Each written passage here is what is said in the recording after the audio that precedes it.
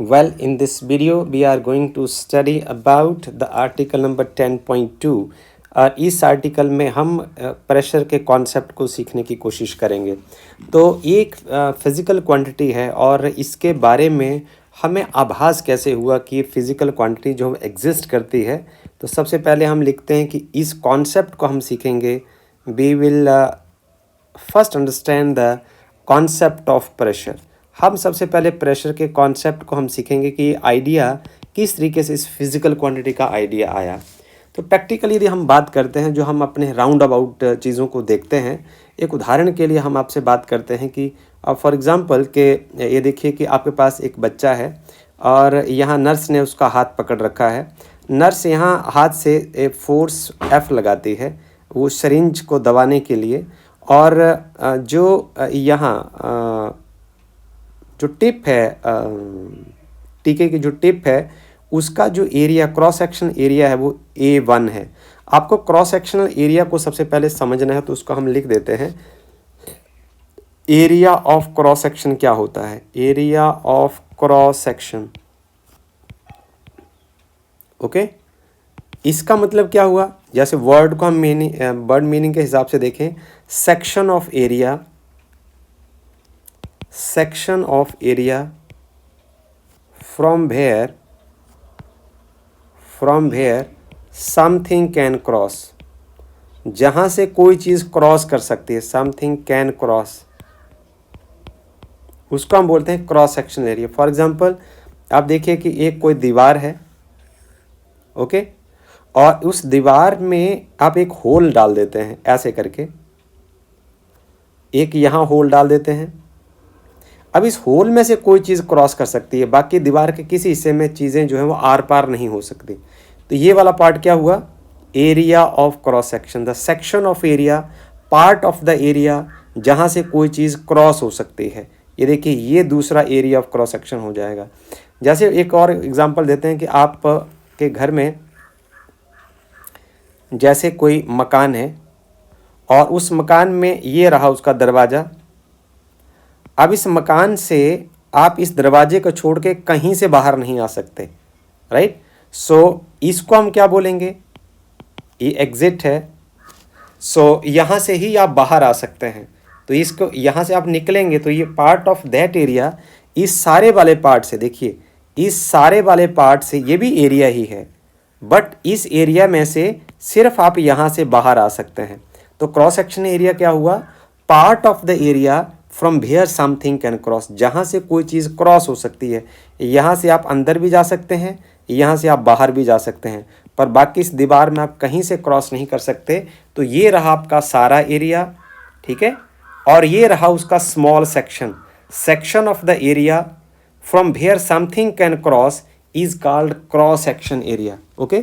सो हम यहाँ बात कर रहे थे, ये देखिए हम यहाँ अपनी चर्चा को कंटिन्यू करते हैं कि ये रहा नर्स यहाँ से अपने अंगूठे से यहाँ फोर्स लगाएंगे, ये फोर्स होगा F, और जो सिरिंज है वो यहाँ बच्चे को लगानी है, और उसमें देखिए कितनी छोटा सा एरिया हम चूज़ करेंगे, A1। तो यहाँ यदि हम फोर्स लगाते हैं, ये देखिए सेम फोर्स लगाते हैं और एरिया है A1, फिर हम दोबारा फिर से ऐसा करते हैं। ये दूसरे एंड पर आप यहाँ देखिए, इस रीजन में आप देखिए, यहाँ हम सिरिंज की जगह आप क्या करते हैं? हमने एक सिरिंज की जगह एक चम्मच ले लिया है, स्पून ले लिया है। अब स्पून को हम इसी बच्चे की ओर के शरीर पर चुभा रहे हैं। आप जानते हैं, आपको ये बात बड़े आराम से समझ आ जाएगी कि सिरिंज जो है वो बच्चे की बॉडी में अंदर तक चली जाएगी, पर यदि आप चम्मच से अब इस बच्चे को दबाते हैं, फोर्स लगाते हैं, और उतना ही फोर्स आपने यहाँ लगाना है जितना नर्स जो है वो यहाँ फोर्स लगा रहे हैं। आप देखेंगे कि ये जो स्पून है वो बच्चे की बॉडी के अंदर नहीं जाएगा। हम यहाँ लिखते हैं कि फोर्स तो आपने इतना ही लगाया जितना पहले था, क्योंकि मैंने इसको F1 और F2 नहीं लिखा है, पर एरिया की जगह क्या है? एरिया जो है अब A2 है। जिस जगह पर ये फोर्स लग रहा है वो जगह अब इतनी ज़्यादा है, देखिए। और इस केस में आप देखिए, जगह एक पॉइंट साइज़ की थी, और यहाँ जो एरिया है जो बच्चे की स्किन के टच में है वो अब एरिया ज़्यादा है।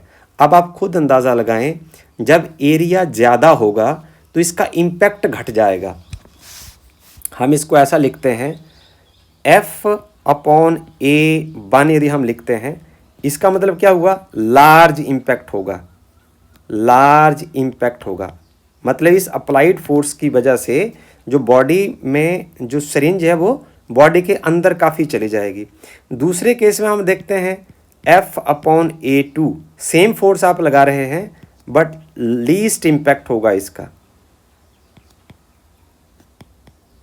इसमें इम्पैक्ट क्या होगा, कम होगा, इसका प्रभाव बहुत कम होगा बॉडी के ऊपर, इसका प्रभाव कम होगा, ये बॉडी के अंदर नहीं जाएगी। इसका मतलब साफ है कि जो अप्लाइड फोर्स जब एक किसी क्रॉस सेक्शन एरिया के ऊपर काम करता है तो उसका जो इम्पैक्ट होता है वो इस बात पर डिपेंड करता है कि आपका जो फोर्स लगाने जो के लिए जो जगह चूज़ की है वो ज़्यादा है या कम है।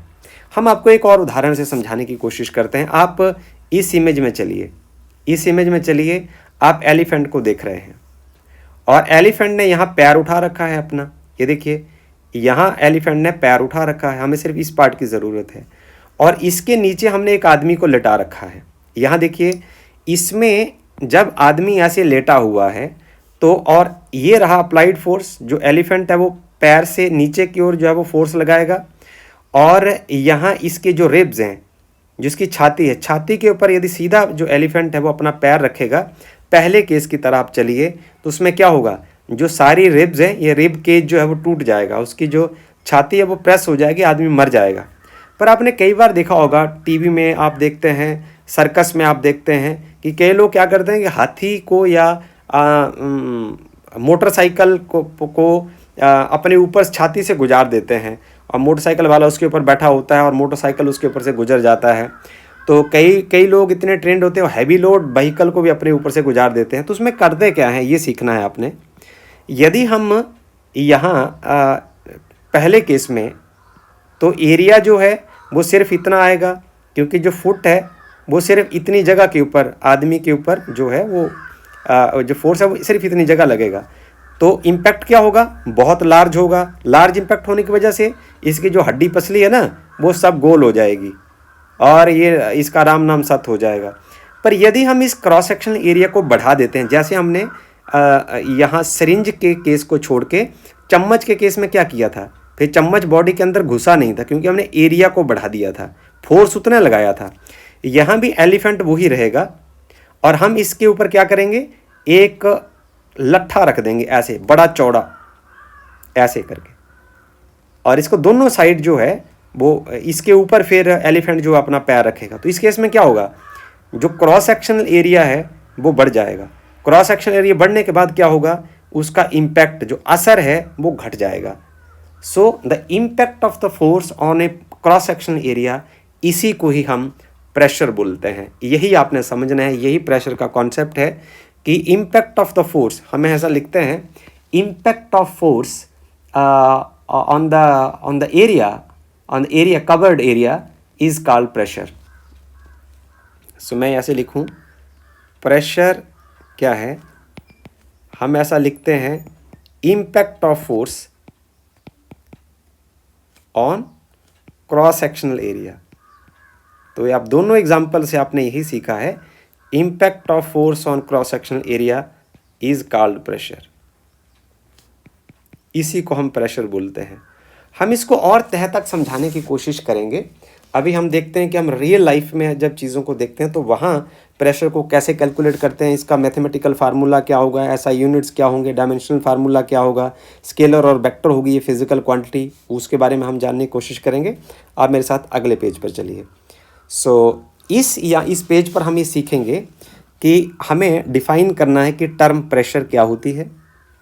कंसेप्ट आप सीख गए हैं, इसकी दिशा की इम्पोर्टेंस है कि नहीं है, जिस क्वांटिटी की डायरेक्शन इम्पॉर्टेंट हो उसको हम वेक्टर क्वांटिटी बोलते हैं, जिस क्वांटिटी के डायरेक्शन की कोई इंपॉर्टेंस ना हो उसको हम स्केलर क्वांटिटी बोलते हैं।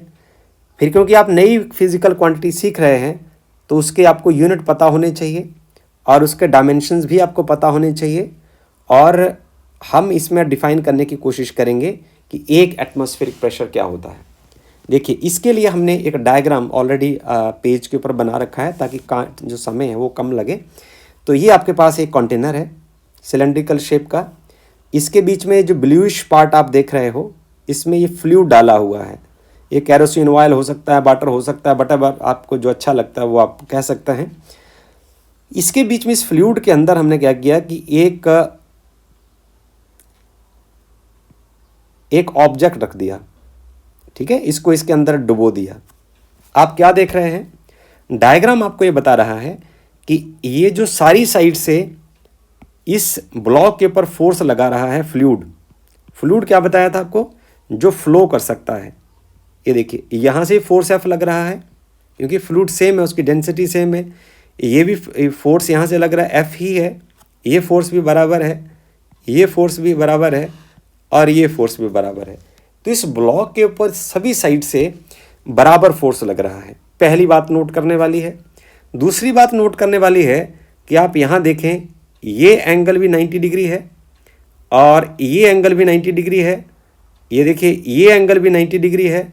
आप ध्यान से देखें तो ये एंगल भी 90 डिग्री है, और इससे नीचे से यदि आप देखें तो ये एंगल भी 90 डिग्री है। तो आप ये देख रहे हैं कि जो फोर्स लग रहा है वो सिर्फ और सिर्फ जो आपके पास ब्लॉक आपने लिया हुआ है, जिसको फ्लूइड में आपने डुबो रखा है, उसके ऊपर सिर्फ और सिर्फ 90 डिग्री के एंगल पर लग रहा है, राइट। अब आपके मन में सवाल आएगा कि सर 90 डिग्री में ऐसी क्या चीज़ है कि जो फोर्स है वो 90 डिग्री में लग रहा है जी, ये आपको समझना है। हम कल्पना करते हैं फॉर एग्जांपल कि जो फ्लूइड है वो इसके ऊपर टेंजेंशियल फोर्स भी लगा रहा है, ओके। ऐसे इसलिए टेंजेंशियल फोर्स भी इसके ऊपर लग रहा है। यदि टेंजेंशियल फोर्स जो है फ्लूइड ब्लॉक के ऊपर लगाएगा तो ब्लॉक न्यूटन थर्ड लॉ को फॉलो करते हुए ब्लॉक जो है वो अपोजिंग फोर्सेस के ऊपर जरूर लगाएगा, और जब फ्लूइड के ऊपर ब्लॉक का अपोजिंग फोर्स लगेगा तो फ्लूइड में मोशन होगा। हमने कल पढ़ा था कि जो फ्लूइड होते हैं वो शीयर स्ट्रेस के अगेंस्ट रेजिस्टेंस नहीं शो करते, वो एकदम से चेंज बता देते हैं, ओके। इंट्रोडक्शन वाले पार्ट में हमने लास्ट पैराग्राफ में ये पढ़ा था कि जो fluid show little resistance to the shear stress. तो यदि मान लो जो उसमें टेंजेंशियल फोर्स यदि लग रहा है तो जो फ्लूइड जो है वो उल्टा फोर्स लगाएगा according to Newton's third law of motion, right. तो उससे क्या होगा, फ्लूइड में मोशन आ जाएगा। पर आप क्या देख रहे हो, आप ये देखेंगे कि जो कंटेनर में फ्लूइड है वो रेस्ट में है। इसका मतलब यदि फ्लूइड रेस्ट में है तो इसका tangential component of the force है, उसकी वैल्यू जो है वो 0 है। यदि टेंजेंशियल कंपोनेंट एग्जिस्ट करता तो फ्लूइड में मोशन होता, क्योंकि हम ये ऑब्जर्व कर रहे हैं कि फ्लूइड जो है वो रेस्ट में है, इसलिए उसका टेंजेंशियल कंपोनेंट एग्जिस्ट नहीं करता। हम ये मान के चलेंगे अब कि इसमें जब भी कभी फ्लूइड में आप किसी भी चीज़ को डुबोएंगे तो उसमें क्या होगा, एक फोर्स लगेगा नॉर्मल टू द बॉडी और ब्लॉक, और वो हमेशा इक्वल होगा from all the direction, right. ये हमें सीखना है प्रेशर के कॉन्सेप्ट के लिए। आगे हम आपको बताते हैं कि प्रेशर को हम मापते कैसे हैं। उसके लिए हमारे पास एक मेजरिंग डिवाइस होता है। ये रहा वो measuring device, figure number 10.1 B of NCERT। आप NCERT की बुक को अपने पास रखें, और ये बहुत उत्तम क्वालिटी की किताब है। ये देखिए, ये है वो डिवाइस जिसके साथ हम प्रेशर को मापते हैं। तो ये इसकी 4 बाउंड्रीज हैं, राइट। और इसके अंदर ये वाला पार्ट जो वैक्यूम है, वैक्यूम आप जानते हैं कि जब एयर को निकाल दिया जाएगा तो वैक्यूम रह जाएगा। यहाँ से आप normal to the this cross section area आप फोर्स लगा रहे हैं एफ, ये है इसका एरिया ऑफ क्रॉस सेक्शन। एक मूवेबल पिस्टन है जो फोर्स लगने के बाद नीचे को प्रेस होगा, और यहाँ जो ये वाला पार्ट है कैलिब्रेटेड है। यहाँ मार्क किया हुआ है कि पिस्टन कितना जितना नीचे जाएगा तो उससे आपको फोर्स कितने न्यूटन लगा इस पार्ट के ऊपर वो आपको पता चल जाएगा, राइट। सो जितना स्प्रिंग, ये स्प्रिंग है, ये वाला पार्ट स्प्रिंग है, तो जैसे फोर्स नीचे की ओर आएगा तो ये रीस्टोरिंग फोर्स जो है स्प्रिंग बैकवर्ड डायरेक्शन में लगाएगा। इसके बावजूद भी यदि जो आपका ये पोर्शन है क्रॉस सेक्शनल एरिया जो है, यदि ये नीचे आता है तो कैलिब्रेशन को, क्योंकि ये साइड में जो है वो पॉइंट मार्क किए हुए हैं, वहाँ से आपको ये पता चल जाएगा कि कितने न्यूटन फोर्स जो आप लगा रहे हैं, और क्रॉस सेक्शनल एरिया की जो वैल्यू वो आप यहाँ से आराम से कैलकुलेट कर सकते हैं। तो आप निकाल लेंगे कि यहाँ प्रेशर कितना लग रहा है, बिकॉज जो फोर्स होता है ना क्रॉस सेक्शन एरिया, ये ऊपर नीचे जाने के लिए तो स्प्रिंग यही है। अब यदि इधर से भी लगेगा इधर से भी लगेगा, इधर से भी लगेगा और इधर से भी बराबर लगेगा। तो हम इस सेंड से इसको कैलकुलेट कर लेंगे कैलिब्रेशन की हेल्प से, राइट। सो हम यदि मान के चलते हैं, अब हम इस अपने डिस्कशन को मैथमेटिक्स की लैंग्वेज में बदलने की कोशिश करते हैं। हम लिखते हैं if F is the magnitude of this normal force, if F is the magnitude, if F is the magnitude of this normal force, हर तरह का फोर्स नहीं, प्रेशर को समझने के लिए only normal component of the force की ज़रूरत पड़ती है, और यदि जो और स्ट्रेस में हर तरह का फोर्स इंक्लूड हो जाता है। This normal force on the piston of area A, right, then हम यहाँ से निकालेंगे एवरेज प्रेशर। तो एवरेज प्रेशर क्या आएगा, P एवरेज ऐसे लिखेंगे हम, इज डिफाइंड एज, इसको हम ऐसे डिफाइन करेंगे, normal force acting per unit area, defined as the, अब हम डेफिनेशन लिखते हैं, normal force, pressure is defined as normal force acting per unit area, normal force acting per unit area. Unit area के concept को भी आपको एक बार फिर रिवाइज कर देते हैं। किसी भी फिजिकल क्वांटिटी का जब मैग्नीट्यूड 1 होगा तो उसको आप एक यूनिट कह देते हैं, ओके। तो इसमें एरिया आएगा 1 मीटर स्क्वायर ओनली। सो हम पावर एवरेज लिखते हैं, जो पावर एवरेज आएगी, sorry this is pressure average, average pressure जो होगा वो आएगा normal component of the force पर unit area, that is a. पर आपको एवरेज फोर्स, एवरेज प्रेशर तो पढ़ना नहीं, इसको इक्वेशन नंबर हम 1 मार्क करके चलते हैं। आपको तो प्रेशर पढ़ना है ना, तो एवरेज प्रेशर में क्या होगा, एवरेज प्रेशर में क्या डिफरेंस होगा। एवरेज जब कभी किसी चीज़ का हम निकालते हैं तो उसमें क्या होता है, जैसे मान लो कि आपने किसी क्वांटिटी का एवरेज निकालना है तो उसको आप एक्स बार लिखते हैं, आपने 10th में पढ़ा है, तो उसमें आपके पास रीडिंग बहुत ज़्यादा होती है, x1 x2 x3 so and so on xn divided by n। तो आपको किसी एक रीडिंग की वैल्यू थोड़ा ना पता चल रही है। एवरेज में क्या होता है, large number of terms are involve divide by total number of terms. तो आपको एवरेज प्रेशर नहीं समझना है, आपको तो प्रेशर समझना है ना। तो प्रेशर समझने के लिए आपको सिर्फ सिंगल रीडिंग चाहिए। तो सिंगल रीडिंग के लिए हम क्या करेंगे, आपको, क्योंकि यहाँ जो प्रेशर है वो लार्ज क्रॉस सेक्शन एरिया के ऊपर लग रहा है, और लार्ज क्रॉस सेक्शन एरिया में अलग अलग पॉइंट है, तभी बना ना लार्ज। ये देखो इतने पॉइंट है जहाँ प्रेशर लग सकता है, फोर्स लग सकता है। इसके लिए आप क्या करेंगे, अब आप इस एरिया को इस तरीके से रिड्यूस करेंगे कि एक जो ये एरिया है वो एक पॉइंट साइज का हो जाना चाहिए, राइट। सो हम क्या करेंगे, late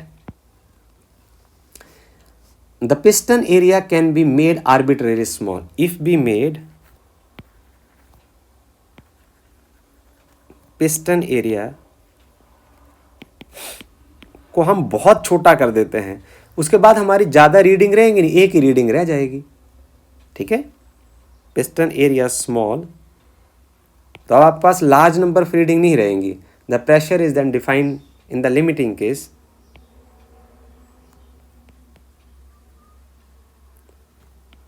will then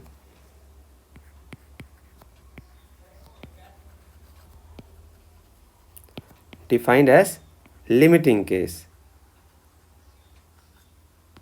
limiting case की फॉर्म में आप डिफाइन करेंगे तो प्रेशर आपके पास हो जाएगा, pressure is equal to limit of, हमने किया क्या है इसको समझो, हमने ये किया है कि हमने ये जो सारा एरिया था ना इसके ऊपर फोर्स लग रहा था, हमने इस एरिया को बड़ा छोटा कर दिया है, बहुत छोटा।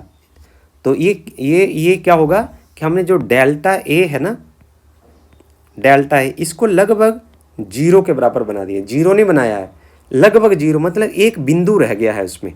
तो हम यहाँ लिख सकते हैं delta F upon delta A, right. सो ये हुई आपकी सिंगल प्रेशर, आप एक प्रेशर एक टर्म जो है उसकी definition. This is equation number 2। सवाल ये है कि आप प्रेशर एक स्केलर क्वांटिटी है या वेक्टर क्वांटिटी है, ये भी हमें समझना पड़ेगा। तो हमें ये पहले तो हम लिख देते हैं कि pressure is a scalar quantity, is a scalar quantity. Pressure एक स्केलर क्वांटिटी है, कारण क्या है?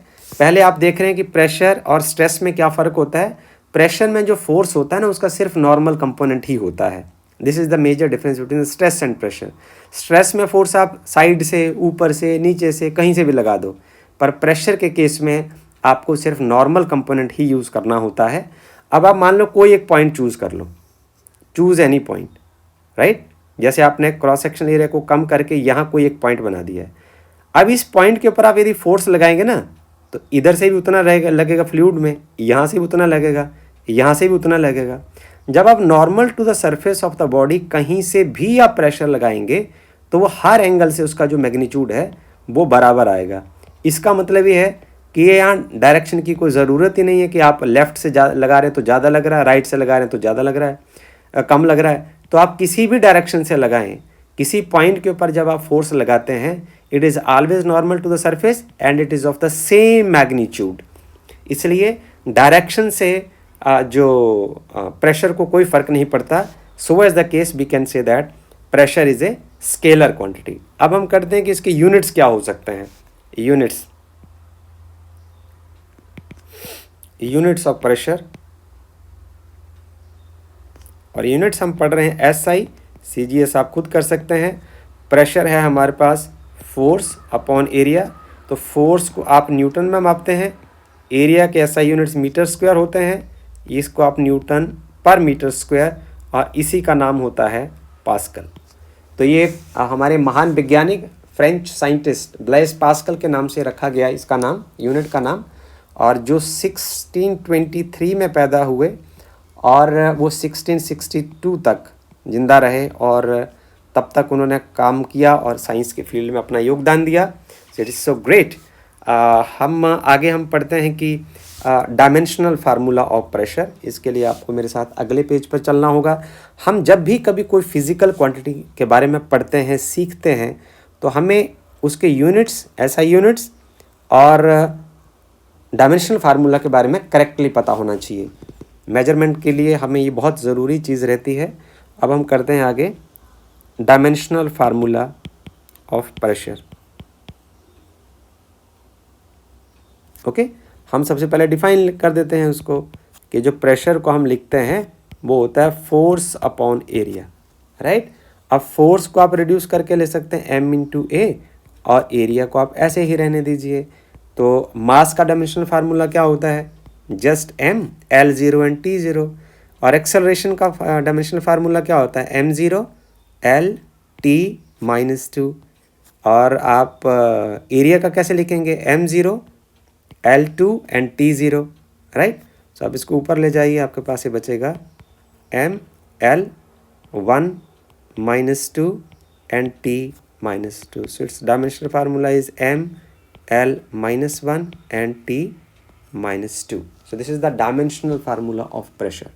ओके, अब एक हमने यूनिट्स भी कर लिया, डायमेंशनल फार्मूला भी कर लिया। एक common unit of pressure is the atmosphere. जो एटमॉस्फेयर जो प्रेशर का कॉमन यूनिट, जो आप न्यूमेरिकल प्रॉब्लम करेंगे, आगे हम प्रेशर की चर्चा करेंगे, तो प्रेशर को हम एटमॉस्फेरिक प्रेशर के बारे में हम बात करेंगे। तो प्रेशर, एटमॉस्फेरिक प्रेशर क्या होता है? जैसे मान लो आप आंगन में खड़े हैं ना, तो आपके ऊपर एटमॉस्फेयर जितना प्रेशर क्रिएट कर रहा है from all sides, this is called atmospheric pressure. So A common unit for pressure is the atmosphere. So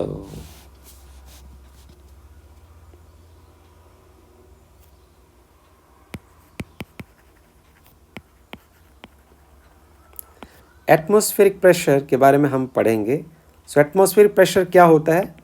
pressure exerted by, it is a pressure exerted by the atmosphere at sea level. इसका definition हो गया, the pressure exerted bye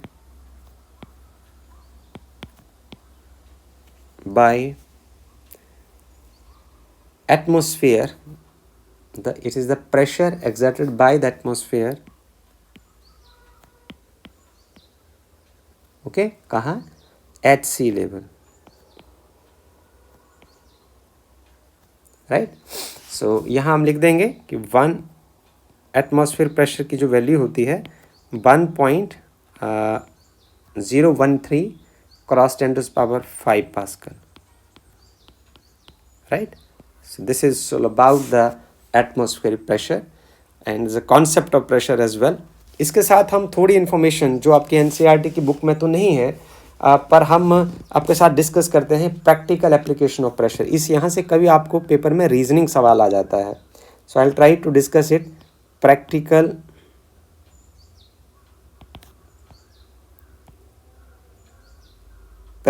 applications of pressure, हालांकि ये आपकी NCERT की book में नहीं है, पर कई बार जो हमने अभी जो डिस्कशन की है इसके बेस के ऊपर भी आपसे सवाल पूछ लिए जाते हैं कि जैसे प्रेशर का कॉन्सेप्ट एनसीईआरटी ने आपको पढ़ा दिया तो उसको आप खुद भी अप्लाई कर सकते हैं कि यदि आपने ये प्रेशर का कॉन्सेप्ट सीखा तो क्या इन सवालों के जवाब आप दे सकते हैं कि नहीं। तो हमने पहले आपके साथ डिस्कशन किया था कि यदि आप एक सिरिंज को एक बॉडी में आप चुभाते हैं तो वो बहुत आराम से अंदर चले जाती है, पर यदि आप चम्मच के साथ उतना ही फोर्स लगा के बॉडी के ऊपर लगाते हैं तो वो बॉडी के अंदर नहीं जाता। तो इसका कारण क्या है, इसको समझने की कोशिश करते हैं। तो इस तरीके का हमारे पास एक रीजनिंग क्वेश्चन है, उसको हम बोलेंगे a sharp knife cuts better than blunt one. ऐसे सवाल आपसे पूछते हैं, a sharp knife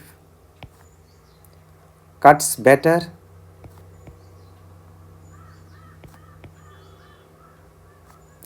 then a blunt one.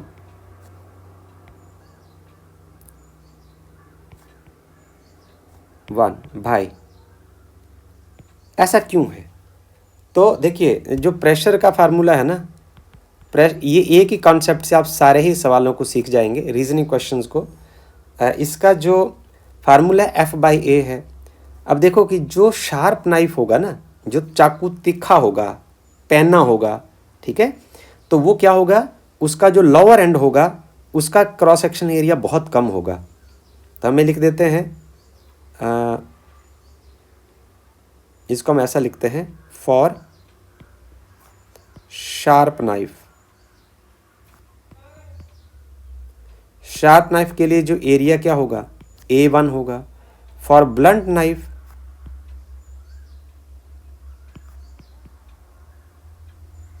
ये एरिया होगा A2 होगा। तो हम इसका मैथमेटिकली ही आंसर देते हैं ना। तो पहले केस में जो प्रेशर लगेगा वो क्या होगा, सेम फोर्स आप लगा रहे हैं, F/A1। और दूसरे केस में जो प्रेशर कितना लगेगा, F/A2। अब आप देखें ज़रा कि कौन सा प्रेशर ज़्यादा होगा। तो हम करते हैं P1/P2। P1 की जगह आप लिख देंगे F/A1 इंटू P2 की जगह आप लिख देंगे F और यहाँ लिख देंगे आप A2। F से F कैंसिल हो जाएगा, तो आप देखेंगे जो P1 होगा वो होगा A2/A1 इंटू P2 हो जाएगा। अब आप जानते हैं कि जो A2 है वो ग्रेटर देन A1 है, right. This means that A2 यदि इससे बड़ा है, देखो तब जो चीज़ें बराबर होती है ना, जैसे मैं लिखूँ 5/5 तो आंसर कट के आएगा 1। पर यदि यहाँ से आएगा ऊपर वाला 10 हो जाएगा, नीचे वाला 5 रहेगा तो आंसर आ जाएगा 2। तो इस केस में क्या है, जब न्यूमेरेटर बड़ा है और डिनोमिनेटर छोटा है तो इसका आंसर आएगा ग्रेटर देन 1। यदि आंसर 1 से बड़ा आएगा, मान लो 2 आ जाएगा, तो इसका मतलब जो प्रेशर है ना ये वाला P1 ये P2 से दुगना हो जाएगा। ओके, सो P1 शार्प नाइफ के लिए है, तो उसके लिए प्रेशर की जो वैल्यू होगी ना वो P2 से ज़्यादा हो जाएगी, राइट। सो हेयर हम कहेंगे P1 is greater than P2। तो ये रीज़न हुआ कि जो शार्प नाइफ होगा the sharp knife will cut so easily than the blunt knife. This is the first explanation. और इसी तरीके से आपके पास दिया हुआ है कि जो सेकंड रीजनिंग क्वेश्चन है, that is I am going to discuss over here.